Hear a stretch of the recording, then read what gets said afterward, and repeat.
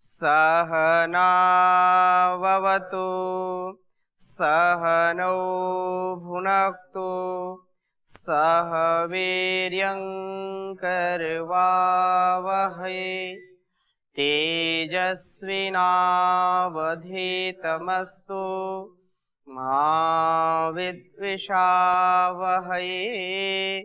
ओम शांति शांति शांति। वैदिक जीवन पद्धति में आप सबका हार्दिक स्वागत है, अभिनंदन है।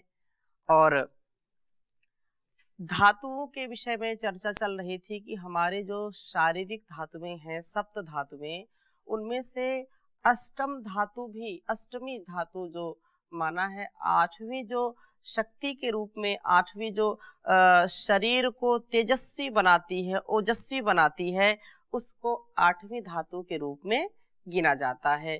तो सात धातुएं, इसका जिक्र हम आगे करेंगे कि हमारे शरीर को स्वस्थ बनाने के लिए सातों धातुओं का संतुलन परम आवश्यक है।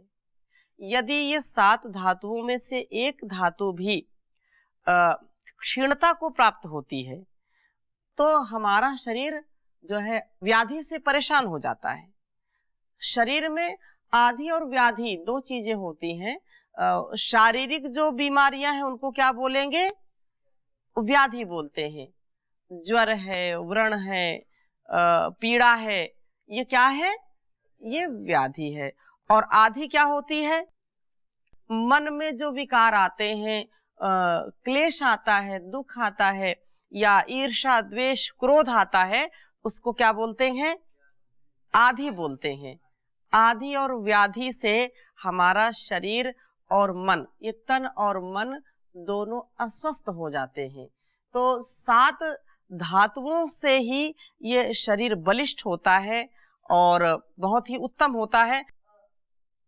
जो दशा है, आठवां जो उसका स्वरूप होता है, इन धातुओं को मिला करके उसको हम यहाँ पर समझने का प्रयास करेंगे। रसाद्रक्तम,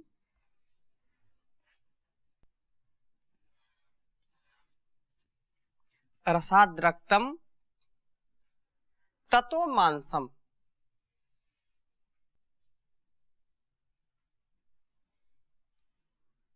रसाद्रक्तम ततो मांसम मांसाद मेदः प्रजायते। हमको ये जानना भी चाहिए कि हमारे शरीर में क्या चल रहा है और क्या हो रहा है, क्या है इसका नियम, क्या है इसका संचरण, संचालन क्या है। तो मांसाद, मांसान मेदः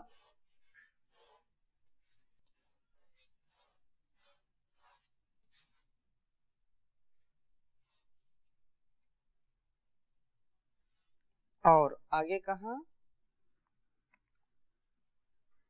मेदसो अस्थि ततो मज्जा, मेदसो, मेदसोस्थि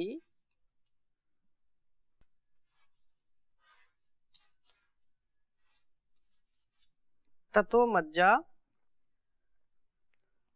मज्जायाः शुक्र संभवः, मज्जायाः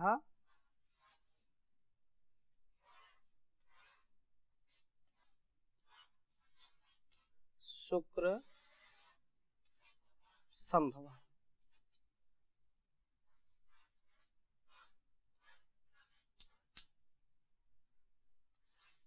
उच्चारण करेंगे।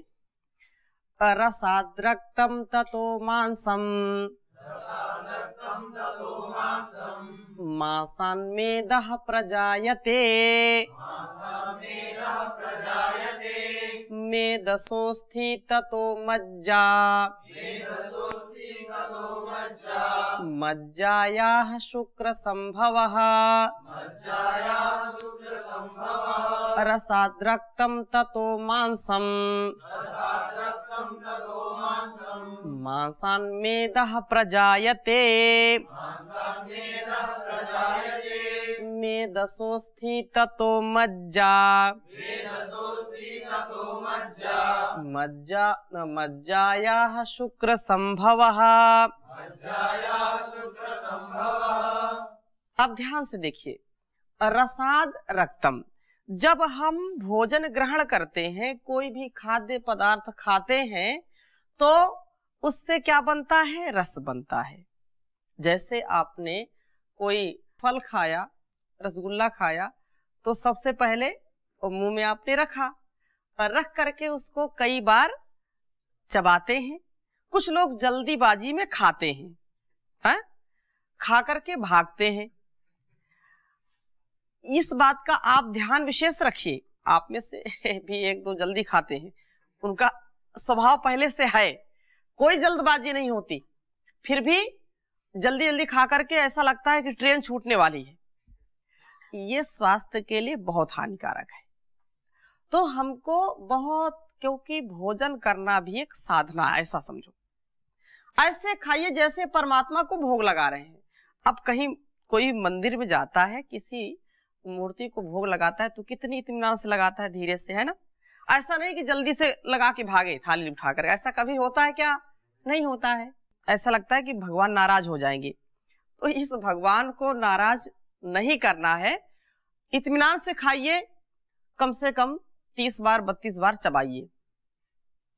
जितना भोजन को आप एक रोटी खाओ, 2 रोटी खाओ, लेकिन जितना उसको, भोजन को, एक कहावत है, भोजन को पियो और जल को खाओ। बात समझ रहे? भोजन को पियो, जल को कैसे? भोजन को इतना चबा चबा करके खाइए कि बिल्कुल लिक्विड हो जाए, वो रस बन जाए। उससे क्या होगा? आंतों को ज्यादा कार्य नहीं करना पड़ेगा। हम दांतों का काम आंतों को सौंप देते हैं। तो भाई, जिसका जो काम है, जिसका काम उसी को साजे, और करे तो डंडा बाजे। तो इससे क्या होगा? शरीर जल्दी बीमार हो जाएगा। आंतों को अतिरिक्त कार्य करना पड़ता है, इसलिए फिर धीरे धीरे जठराग्नि कमजोर हो जाती है। इसके विषय में हम और विशद चर्चा करेंगे। केवल यहाँ जो 8वीं धातु के रूप में कहा है, उसका मैं केवल संकेत करना चाहता हूं, और आपको जानकारी हो कि रस, जब हम भोजन करते हैं तो सबसे पहले क्या बनता है? रस बनता है। रस से फिर, रस से क्या बनता है? रक्त बनता है। रक्त के बाद ततो मांसम, रक्त से फिर मांस, और मांस से फिर मेद बनता है। मेद से जो है फिर मेदस्व अस्थि, मेद से क्या बनता है? अस्थि बनती है। मेद से अस्थि, और अस्थि से फिर मज्जा, और मज्जा से फिर शुक्र। ये क्रम है। इस क्रम को हमेशा ध्यान रखना। जो रस है, रस, रक्त, मांस, मेद है, अस्थि, मज्जा और शुक्र, ये जो है विशेष यहाँ पर ध्यान रखने की बात है। इससे जो है हमारा शरीर विकसित होता है, हमारा शरीर बलिष्ठ होता है। इन 7 धातुओं में यदि कहीं भी असंतुलन आता है तो शरीर इससे धीरे धीरे क्या हो जाता है? क्षीण होने लगता है, कमजोर हो जाता है। डिसबैलेंस से ये फिर संभल नहीं पाता है। संतुलन बहुत आवश्यक है, बैलेंस। तो ये बात विशेष है, इसका हमको ध्यान रखना चाहिए। आहार हम ऐसा लें, व्यायाम करें, प्राणायाम करें, योग करें, जिससे इन सप्त धातुओं में विसंगति ना आने पाए। इन सप्त धातुओं का बिल्कुल संतुलन बना रहे शरीर में, ऐसा हमको विशेष वो करना चाहिए। कुछ और आपको इसी में उदाहरण मैं दे देता हूं, क्योंकि ऊपर पिछली कक्षा में ये कहा था कि वीर और जो है शुक्र, क्योंकि विशेष है, और शुक्र या वीर से इसके बाद क्या बनता है? ओज। तो और यहां पर आप लिख लीजिए, जो योग दर्शन में कहा कि ब्रह्मचर्य प्रतिष्ठायाम वीर लाभा, तो उसके, क्योंकि शुक्र का अर्थ पिछली कक्षा में मैंने बताया था, अनेक अर्थ में शुक्र का प्रयोग करते हैं। ऐसे ही वीर शब्द का भी अनेक अर्थों में प्रयोग किया जाता है, साहस के लिए, वीरता के लिए, शौर्य के लिए, हाँ, और तेज ओज के लिए भी वीर का प्रयोग कर देते हैं कभी कभी। तो यहाँ इस बात पर विशेष बल देते हुए कह रहे हैं कि ओजो बलम वीर्यम वा। ओज क्या है? बल है अथवा वीर्य है। उसको ओजो बलम लिख लीजिए इसको।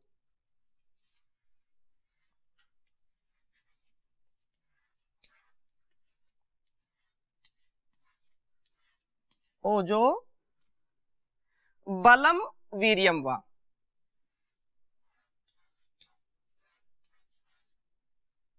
बलम वीर्यम वा।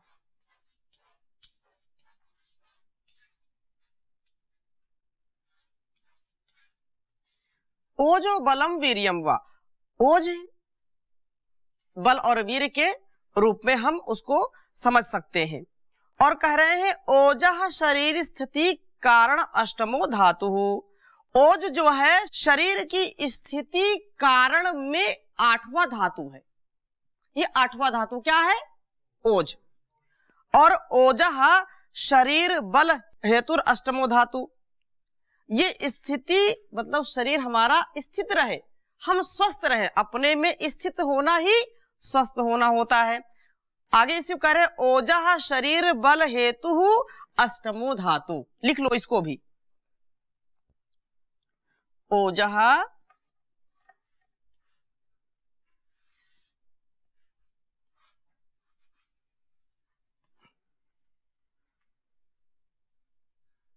ओजह शरीर बल हेतुर बल हेतुर अष्टमो धातु।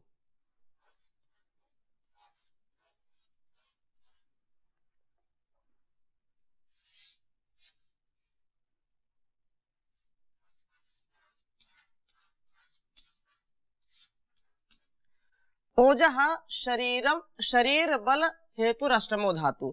शरीर के जो है स्वास्थ्य के लिए और बल की जो है उत्पत्ति के लिए, बल को शरीर में जो है व्यवस्थित करने के लिए विशेष रूप से ओज जिसको कहते हैं, ये बहुत विशेष है। और अष्टांग हृदयम का एक मैं वाक्य आपको लिखा रहा हूं कि जो है ओजस्तु तेजो धातु नाम सुक्रांता नाम परम स्मृतम। और आगे कहा ओजो वृद्धौ ही देहस्य तुष्टि पुष्टि बलोदय। इतना लिखा हुआ है, इतनी इसकी महिमा है कि मुझको लगता है इसको भी लिखा दूं, मुझको लगता है इसको भी लिखा दूं। क्यों? इसका इतना महत्व हमारे जीवन में है। लिख लो। और ओज वृद्धौ ही देहस्य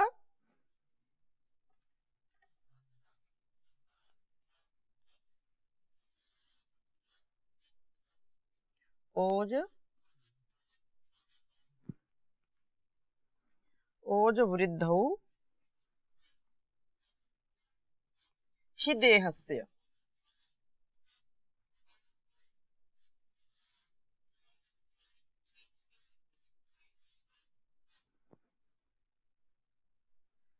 तुष्टि पुष्टि बलोदया।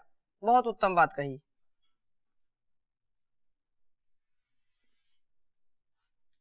तुष्टि पुष्टि बलोदया। बल का उदय करता है। तुष्टि पुष्टि बलोदया।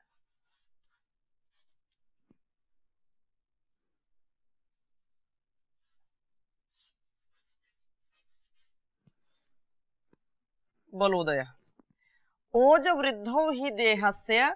ओज की वृद्धि में जितना जितना हमारा ओज बढ़ता जाएगा, उतना उतना देह से शरीर की तुष्टि पुष्टि बलोदय, उतना उतना ही हमारा शरीर जो है बलिष्ठ होगा, उतना उतना ही उसकी पुष्टि होगी, शरीर हृष्ट पुष्ट हो जाएगा जितना जितना हमारा ओज बढ़ता है। तो ब्रह्मचर्य युक्त जीवन हमारे जीवन को विशेष बनाता है। और ये कहा हृदयस्यामपि व्यापी तत्परम जीवितास्पदम। तो इसमें ओज के अनेक अर्थ हो सकते हैं और आयुर्वेद ग्रंथों में तो इसका विशेष जो है विशेष वर्णन है, परंतु हमको इस बात का संतोष करके पूरा संयम करते हुए जीवन को जीना चाहिए।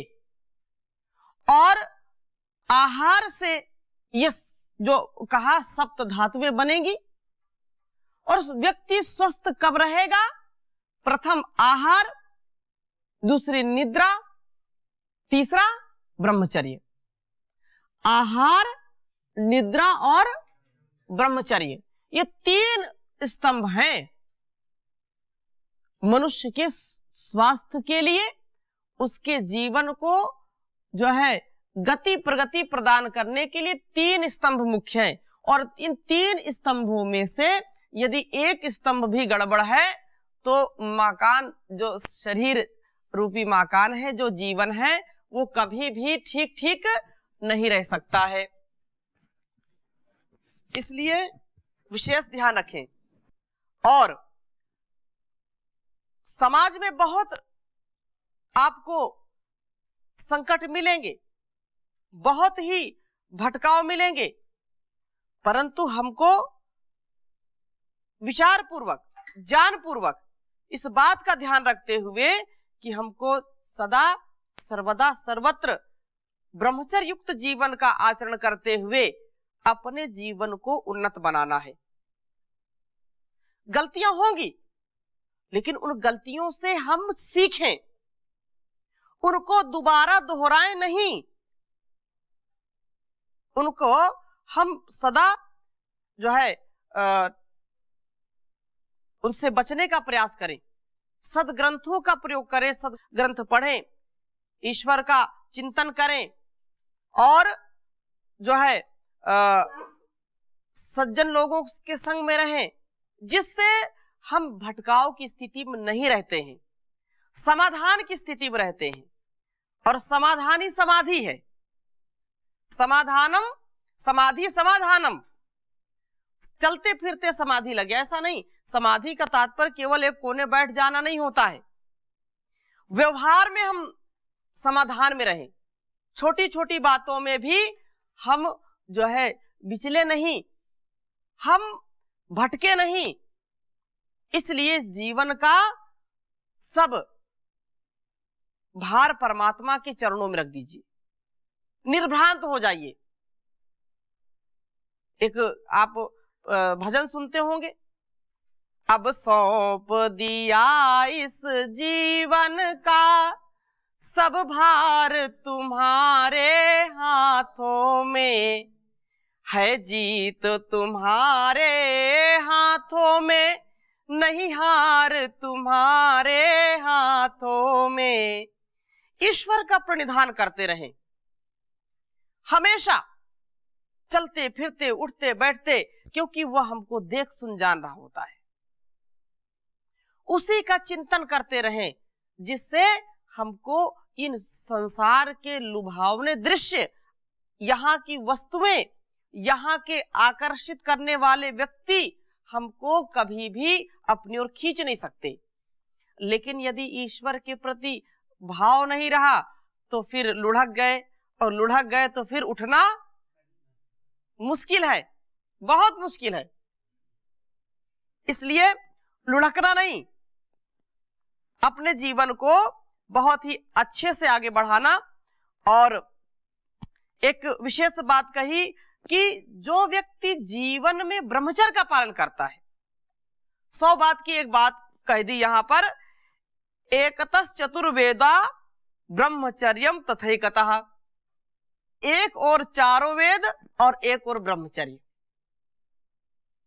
अर्थात जो ब्रह्मचर्य से अपने जीवन को विकसित कर सकता है, अगर चारों वेद पढ़ भी ले और ब्रह्मचर्य का पालन ना करे तो उसको कुछ हासिल होने वाला नहीं है।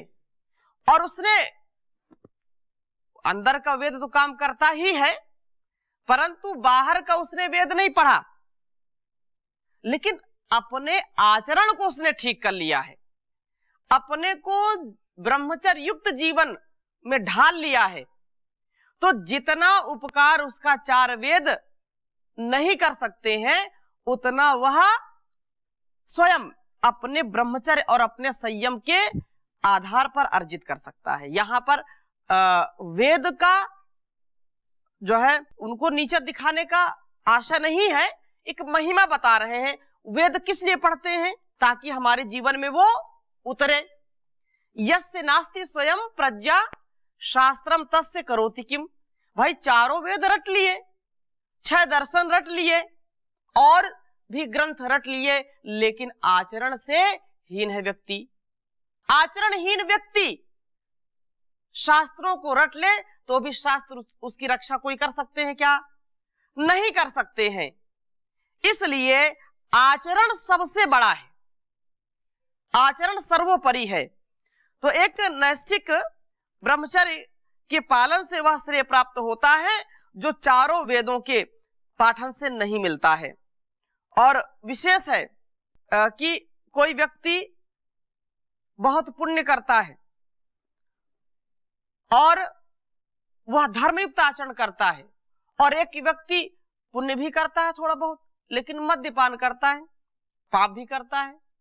तो मद्यपान को भी सबसे ज्यादा हीन बताया है। एक और कहा सारे पाप हो जाए और एक और केवल मद्यपान हो जाए। तो मद्यपान मतलब नशा करना, शराब पीना। जो ऐसे लोग हैं वो शराब पी लिया तो पापी तो अपने आप हो जाएगा, उसके पाप होंगे ही होंगे। तो इसलिए यहां पर यदि ब्रह्मचर्य का पालन कर लिया तो ब्रह्मचर्य का पालन करने से उसको सारे सद्गुण उसमें आएंगे ही आएंगे। उसको इस जीवन का और इस जगत का जो लक्ष्य है वो मिलेगा ही मिलेगा, कोई उसको रोक नहीं सकता है। ये आशा है इस सूक्ति का। तो ये कहा कि एकमेव व्रतम श्लाघ्यम ब्रह्मचर्यम जगत्त्रये यद विशुद्धिम संपन्ना पूज्यन्ते पूजितैरपि। कहा कि तीनों लोकों में ब्रह्मचर्य ही एक श्लाघ्य व्रत है, अर्थात ब्रह्मचर्य का पालन ही सर्वश्रेष्ठ है तीनों लोकों में। और क्योंकि नैष्ठिक ब्रह्मचर्य साध्य हुआ ब्रह्मचारी पूज्य पुरुषों द्वारा भी पूजित होता है। जो ब्रह्मचारी होता है, जो नैष्ठिक ब्रह्मचर्य का पालन करता है, वो संसार में सबके द्वारा पूजित होता है, सबके द्वारा सम्मानित होता है। आप इन धवल वस्त्रों में जब बाहर जाते हैं तो लोग आपके चरण स्पर्श करने के लिए लालायित रहते हैं, अरे तेजस्वी ब्रह्मचारी आ गया। ऐसा होता है कि नहीं? खूब होता है ऐसा। क्यों? क्योंकि ब्रह्मचर्य में वो देदीप्यमानता रहती है, वह दिव्यता भव्यता रहती है जो अन्य सांसारिक पुरुषों में, प्राणियों में नहीं होती है। इसलिए ब्रह्मचर्य बहुत श्लाघनीय है, इसका विशेष महत्व कहा है। और आगे इसी को कह रहे हैं कि धर्म्यम यशस्यमायुष्यम लोगाद व्यह रसायनम अनुमोदामहे ब्रह्मचर्यम एकांत निर्मलम। अष्टांग हृदय संग्रह का एक विशेष श्लोक है। नैष्ठिक जो ब्रह्मचर्य का पालन करने वाला है, नैष्ठिक ब्रह्मचर्य धर्मप्रद, यशोवर्धक, दीर्घ आयुप्रद, इहलोक और परलोक में रसायन के समान लाभप्रद है। इस संसार में भी उसकी विशेष गति होती, प्रगति होती है। यहां तो रहता है तब तो रही है, लेकिन परलोक में भी उसकी ख्याति रहती है, इहलोक और परलोक। और शरीर मन की निर्मलता करने वाले सभी साधनों में सर्वश्रेष्ठ क्या है? ब्रह्मचर्य है। तो इसलिए हम हृदय से जो है उसका समर्थन करते हैं, हम सभी उसका सम्मान करें। और सम्मान का मतलब क्या है? मान, उसको मानना, और मानना मतलब फिर उसको जीना। जैसा माना वैसा फिर जीना। इस दृष्टि से संसार का हम उपकार करते जाएंगे। संसार में हम किसी भी कारण से कहीं भी अटकेंगे नहीं, कहीं भूलेंगे भटकेंगे नहीं। आप प्रार्थना बोलते हो ना कि हम स्वयं तारें और दूसरों को तारेंगे, स्वयं तरें और दूसरों को तारें। जब ब्रह्मचारी अपने शारीरिक, मानसिक, आत्मिक बल को प्राप्त होता है तभी तो दूसरों की सहायता कर सकता है। जो व्यक्ति स्वयं उठ नहीं सकता है वो दूसरों कैसे उठाएगा? जो स्वयं दीपक बुझा हुआ है, उस बुझे हुए दीपक से क्या किसी दीपक को जलाया जा सकता है? जो जला हुआ दीपक होता है उसी से दूसरे दीपक को जलाया जा सकता है। हजारों सैकड़ों बुझे हुए दीपकों को इकट्ठा कर लीजिए, एक दीपक भी मिलकर के नहीं जला सकते, लेकिन एक जलता हुआ दीपक हजारों लाखों करोड़ों बुझे हुए दीपकों को जला सकता है। तो ऐसा ब्रह्मचर्य का पालन करने वाला व्यक्ति कभी भी निराश नहीं होता, वो स्वयं इस संसार से तर जाता है और दूसरों को भी तार जाता है। एक प्रार्थना में आप बोलते हैं, जो हैं अटके भूले भटके उनको तारे खुद तर जावे, छल दंभ द्वेष पाखंड झूठ अन्याय से निश दिन दूर रहे, जीवन हो शुद्ध सरल अपना शुचि प्रेम सुधा रस बरसावे। तो इस सुधा का पान करके हमेशा सुधा रस बरसावे। इन्हीं कामनाओं के साथ आज है विराम। शेष चर्चा अगली कक्षा में। ओम शांति शांति शांति।